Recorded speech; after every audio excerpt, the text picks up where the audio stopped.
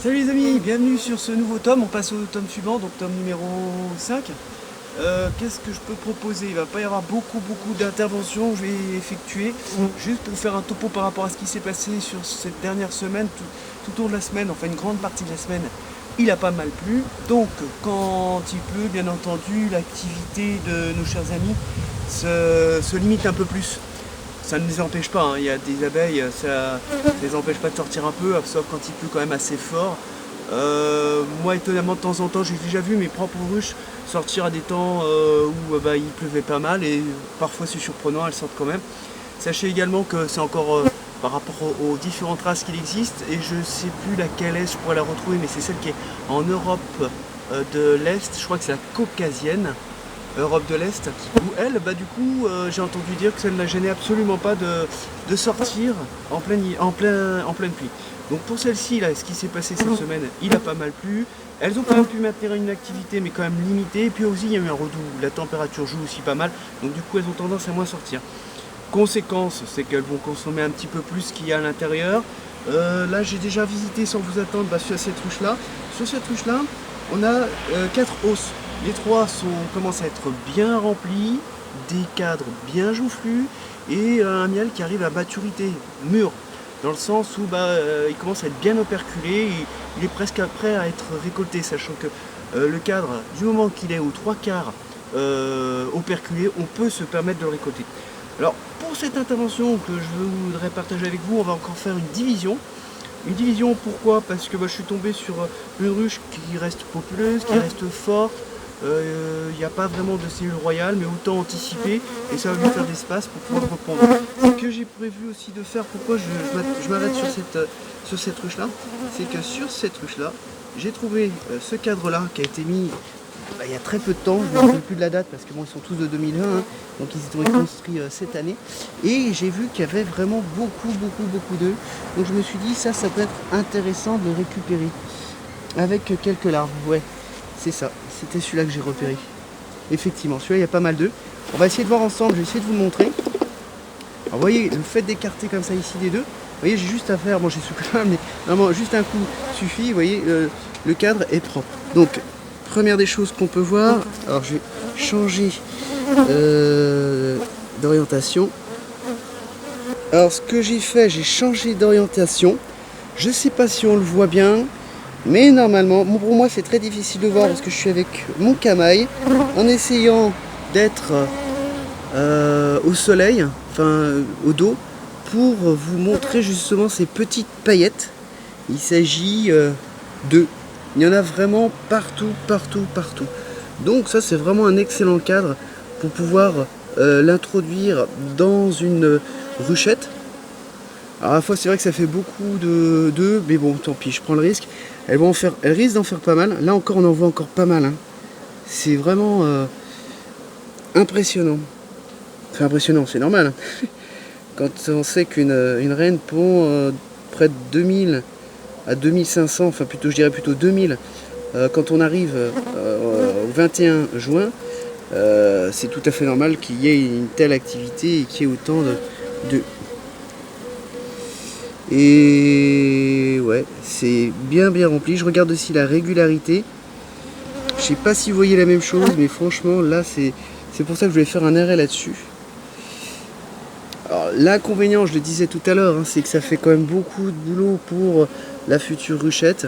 Mais du coup, je vais la suivre peut-être d'un peu plus près pour m'assurer qu'elle ait suffisamment de stock. Avant d'aller sur la petite ruchette, enfin sur la ruchette qu'on va créer ensemble, juste sur celle-ci, du coup, vous voyez, je repars encore sur une nouvelle cire gaufrée qu'elles vont bâtir en l'espace de 24-48 heures, à condition enfin même 24 heures, que les conditions météorologiques de météo soient au rendez-vous. Donc il ne me reste plus qu'à la pointer et ensuite je la poserai. Donc voilà, je vais apposer le fameux vin 2020 avec sa couleur bleue pour pouvoir le repérer. D'ailleurs je suis en train de le mettre au centre. Je peux me le permettre avec les temps qui courent, mais bon, je préfère pas. On va plutôt le mettre à l'extérieur. Donc voilà, je préfère pas courir de risque. Je peux me le permettre, hein, mais je préfère le mettre en rive, quitte à demain à ce que 24 heures après je repasse. C'est juste une manipulation, c'est assez rapide, ça dérange pas trop. Vu que c'est quand même une souche qui est quand même assez sémeuse, la Buckfast, vaut mieux pas quand même tenter le diable. De temps en temps je me le permets, mais bon, de temps en temps il faut faire attention quand même. Alors pour la suite des opérations, ici c'est ma ruchette que je divise à partir à l'aide d'une partition, cette fameuse partition. Ici sur votre droite, donc ça c'est uniquement des cadres de cire gaufrée. Je les mets de côté, si jamais j'ai besoin, je les ai à disposition, soit je les mets ici pour la ruchette, mais soit je les mets au fur et à mesure où je suis en train de remplacer les cadres. Et là on retrouve le fameux cadre 2 que je vous ai montré tout à l'heure, qui est spectaculaire en termes 2, qui est vraiment bien. Enfin spectaculaire, c'est un bien grand mot. Il est bien rempli. Et là je vais partir sur 5 cadres. 1, 2, 3, 4, 5. Donc je vais peut-être retirer encore un peu. Les œufs, je vais les mettre au milieu. Ici, ces 2 cadres, c'est du stock. Là, qu'est-ce qu'on a? On a du miel. Il y a pas mal de miel. Il y a un peu de couvain, de pollen. Parce que ça, c'est indispensable. Je le répète, hein, c'est indispensable de mettre du pollen quand vous faites une ruchette. Regardez ce cadre. Il y a quasiment que du pollen. Ça, c'est vraiment très très bien également pour justement les œufs, les larves, etc. et partir sur des cellules royales. Je pense que je suis un peu limite en termes de stock parce que je vois que j'ai pas beaucoup de miel, donc du coup je vais peut-être agrandir un peu plus ici pour mettre uniquement un cadre de là, un cadre de là, et ici du miel. Et le miel, je le trouve sur l'ancien cadre que j'ai. Alors il y a encore pas mal de pollen, tant mieux, hein, c'est pas mal. Et voilà, le miel ici. Et peut-être que je rajouterai cette fois-ci exceptionnellement sur ce corps, quand ce sera une ruchette plus tard, je rajouterai peut-être du sirop. Mais bon, on n'en est pas là. Là, il faut que j'aille chercher donc les 2 cadres dans 2 ruches ou une ruche forte. Alors sur cette ruche, ici on a déjà 4 hausses, j'en ai déjà enlevé une. Et c'est juste pour vous montrer la 3e hausse, la numéro 3. Vous voyez qu'elle est quand même pas mal remplie. Là je vais ressortir un cadre et vous montrer comment il est operculé par rapport à l'avancée de ce miel là. Donc voilà, là, on le voit déjà beaucoup mieux. Et je vais juste prendre un rayon. Vous voyez, ça se passe de commentaires. Une seule chose qui est un peu dommage, c'est que c'est un petit peu renfoncé. Bon, on fait avec. Et vous voyez de l'autre côté. Donc ça c'est récoltable, hein. Le miel est mûr à ce niveau là. Donc j'ai retiré la 3e hausse sur laquelle je vous ai montré le cadre de cire complètement operculé, enfin en grande partie, hein. Là on est sur la 2e hausse, vous voyez que ça construit. Là également on a des cadres bien remplis, bien joufflus, et certainement des cadres quasiment complètement operculés. Et là enfin on arrive à la toute première hausse. Donc là également, hein, je le vois d'ici. Certainement vous pouvez le voir aussi, je pense. C'est plutôt bien joufflu, bien rempli, et j'ai l'impression que c'est quand même pas mal operculé aussi. Donc ce que je compte faire, si c'est pas mal operculé, à la rigueur c'est cette hausse là qui est en premier niveau par rapport au corps, c'est le remonter beaucoup plus haut, parce que ça sert à rien de le laisser là, c'est juste du coup maintenant un passage de transit, et ça permet de mettre une hausse qui est moins pleine, moins operculée en termes de superficie, pour pouvoir, je dirais, accéder plus rapidement et limiter le circuit. Et celle-ci, du coup, je la mets vraiment tout en haut, tout en haut, tout en haut. Enfin, au dernier niveau, quoi, voilà. Bon, là, j'ai tout nettoyé en attendant. Et là, regardez, j'ai pas encore retiré la hausse, hein. Mais regardez, là, c'est quand même relativement plein. On peut dire que c'est quasiment 3/4. En la mettant tout en haut, naturellement, elle continuera à monter pour pouvoir finaliser ce miel, remplir chacune de ses alvéoles correctement. Ouais, vous voyez, hein, ça c'est mûr. Et alors justement aussi, petit message par rapport à mon extraction. On peut faire une extraction au mois de mai, on peut faire une extraction... Enfin au mois de mai, je dis n'importe quoi. Reprenons. On peut faire une extraction de miel en printemps. Donc à la fin du mois de mai par exemple, ça peut être un miel de printemps. Là c'est un peu bizarre, c'est monté un peu bizarrement. Et on peut faire également un miel d'été, à ce moment là on le fait mi-juillet grand maximum. D'où les appellations miel de printemps, miel d'été. Moi, ce que j'ai prévu de faire, c'est réserver par l'intermédiaire de mon association, parce qu'on a la possibilité d'accéder donc à du matériel d'extraction. Et j'ai réservé le matériel pour le 31 mai. N'importe quoi, le 30 mai. On va y arriver. Donc le week-end du 30 mai, 1er juin, ce genre. Et qu'est-ce que je voulais dire par rapport à ça? J'ai perdu le fil. C'est pas simple de filmer en même temps, de faire une manip.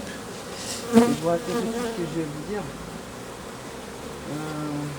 Donc en fait, oui, voilà. Juste par rapport au délai, c'est qu'aujourd'hui, parce que vous pouvez pas le savoir, c'est pas marqué sur la caméra, mais aujourd'hui on est le 2 mai. Donc vous voyez, c'est à peu près dans 4 semaines que je compte faire la récolte. Donc ça, en attendant, ça va être stocké tout en haut et petit à petit, elles vont continuer à remplir. Après, si je m'aperçois que j'ai pas suffisamment de hausse, ce qui peut arriver, hein, il me reste encore quelques-unes, je peux toujours tenter de refaire l'extraction bien avant.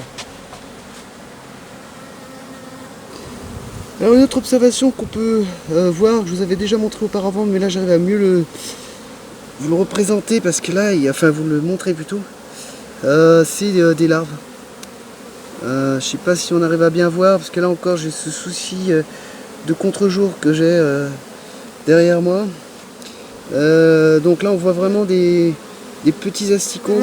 Ça ce sont des larves. Et on voit au fond qu'il y a un petit bain, c'est un bain de gelée royale, si on peut dire ça comme ça. Et juste pour rappel, l'œuf d'une ouvrière, que vient de pondre la reine, c'est destiné soit pour une femelle qui va devenir en fait ouvrière, soit une femelle également, mais sauf que ça peut être une reine. C'est exactement le même œuf. Ensuite, c'est la larve qui est de moins de 3 jours, qui a les meilleures prédispositions pour devenir une cellule royale. Donc j'insiste un petit peu sur ce cadre là pour m'assurer qu'on puisse voir des choses. Là vraiment on voit qu'il y a quelques larves autour dedans. C'était juste pour vous montrer ça. Donc ça c'est ce qu'on appelle tout simplement du couvain ouvert. Le couvain ouvert c'est soit à l'état d'œuf, soit à l'état de larve. Et ensuite ça devient un couvain fermé. Alors justement le couvain fermé, c'est ce dont j'ai besoin pour ma ruchette que je suis en train de créer et je pense que je l'ai trouvé. Donc voilà pour faire la différence entre couvain ouvert, couvain fermé.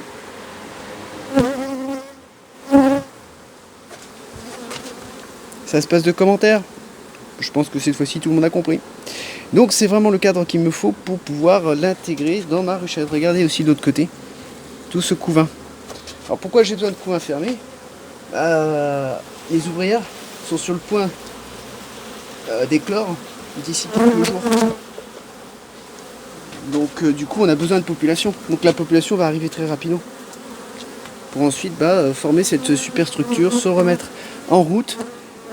Et la ruchette du coup va aussi faire en sorte de pouvoir créer ses cellules royales et ensuite d'avoir une reine, etc., etc. Et donc à nouveau pour cette ruche, je lui mets un cadre de cire gaufrée que je mets donc à l'avant-dernier du cadre de rive qui se trouve à l'extrémité. Donc ce qui permet à nouveau, je me répète, de pouvoir offrir de l'espace pour cette ruche qui est plutôt forte, pas mal d'œufs, pas mal de couvains. Je limite le risque de cellules royales, sachant que dans celle-ci, j'ai déjà découvert des cellules royales. Donc j'ai un peu une suspicion, mais du coup, je l'ai calmé. J'ai pas retrouvé de cellules royales là aujourd'hui même.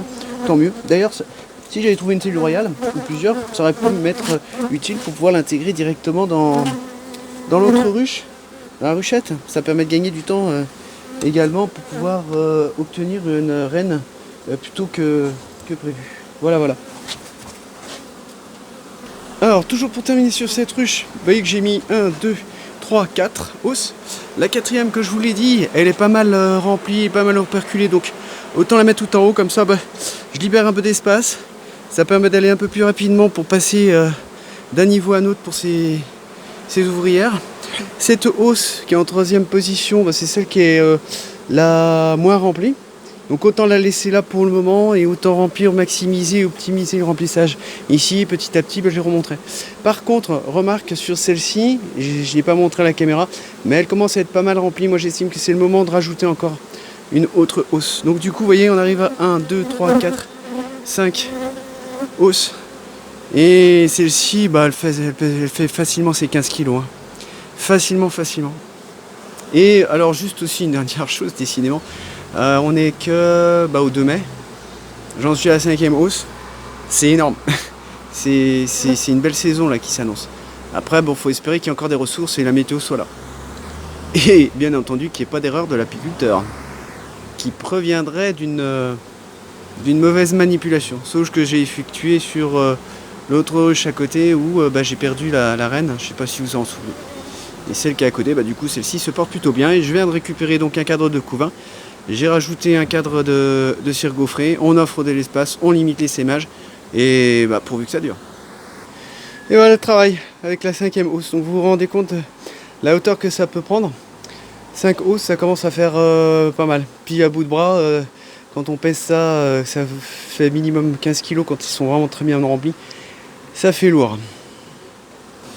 Donc là encore, je ne vous ai pas tout montré, j'ai fait quelques coupures. J'ai mis plutôt en pause tout simplement pour pas vous faire perdre trop de temps sur ma visite.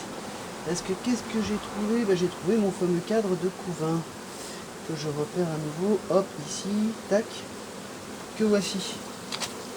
Donc bien entendu, comme à chaque fois, j'hésite pas à secouer. En plus cette fois-ci, pour éviter de mettre la reine dans la ruchette. Pour les abeilles, c'est pas très grave, parce que la ruchette, je vais la mettre sur celle-ci. Donc le mélange d'abeilles, c'est pas trop embêtant, mais il faut impérativement que je laisse la reine ici. Voilà. Donc ça, vous voyez, c'est un cadre, il est sympathique.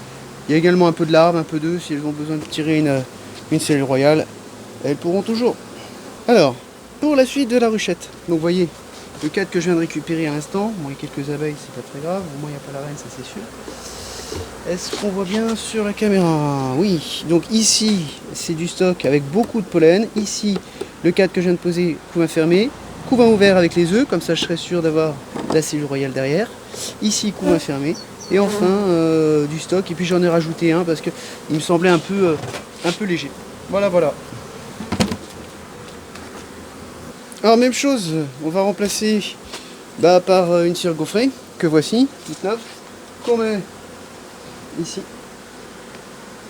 Tout simplement, et que demain, je pense que je la remettrai directement en plein centre. Donc pour remplacer ce cadre de couvain que je viens de retirer.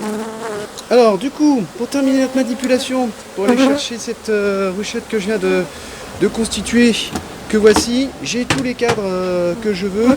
Ici donc avec ma partition, ici peu importe, ça n'a aucune incidence, je le mets de côté. Donc je suis parti sur 6 cadres et ici je vais la poser sur cette ruche. Ici à ce niveau là, pour pouvoir faire remonter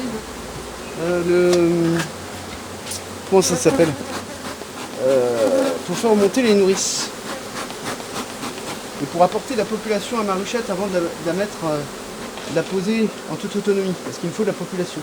Donc là, ce que je cherche à avoir, ici je fais descendre un peu, et je vais pouvoir mettre mon autre corps de ruche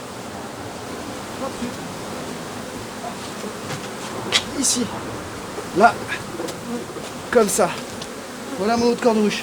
Donc, on en revient juste encore, je me répète un peu, mais c'est juste pour rappeler la manipulation. Donc entre les deux ruches, j'ai la grille à reine. La reine qui est en dessous ne peut pas monter. Ici, on a la ruchette. Je laisse pendant 24 heures. Dans 24 heures, je retire cette ruchette. Et du coup, j'aurai suffisamment de population pour qu'elle soit autonome, tout simplement. Voilà pour cet épisode. Donc, c'était essentiellement pour passer en revue, je dirais, une nouvelle division. Il existe pas mal de façons de créer des ruches ou des ruchettes. Moi je les connais pas toutes, il existe d'ailleurs énormément de techniques comme je le disais. Celle que je vous ai montrée, pour moi c'est celle qui me paraît la plus simple. ne pas dire peut-être la plus sûre, mais la plus simple à manipuler. Voilà, voilà, voilà, voilà. Donc, bah, écoutez, à nouveau, merci pour votre taux de participation. Je vous dis à très bientôt et portez-vous bien. Ciao, ciao.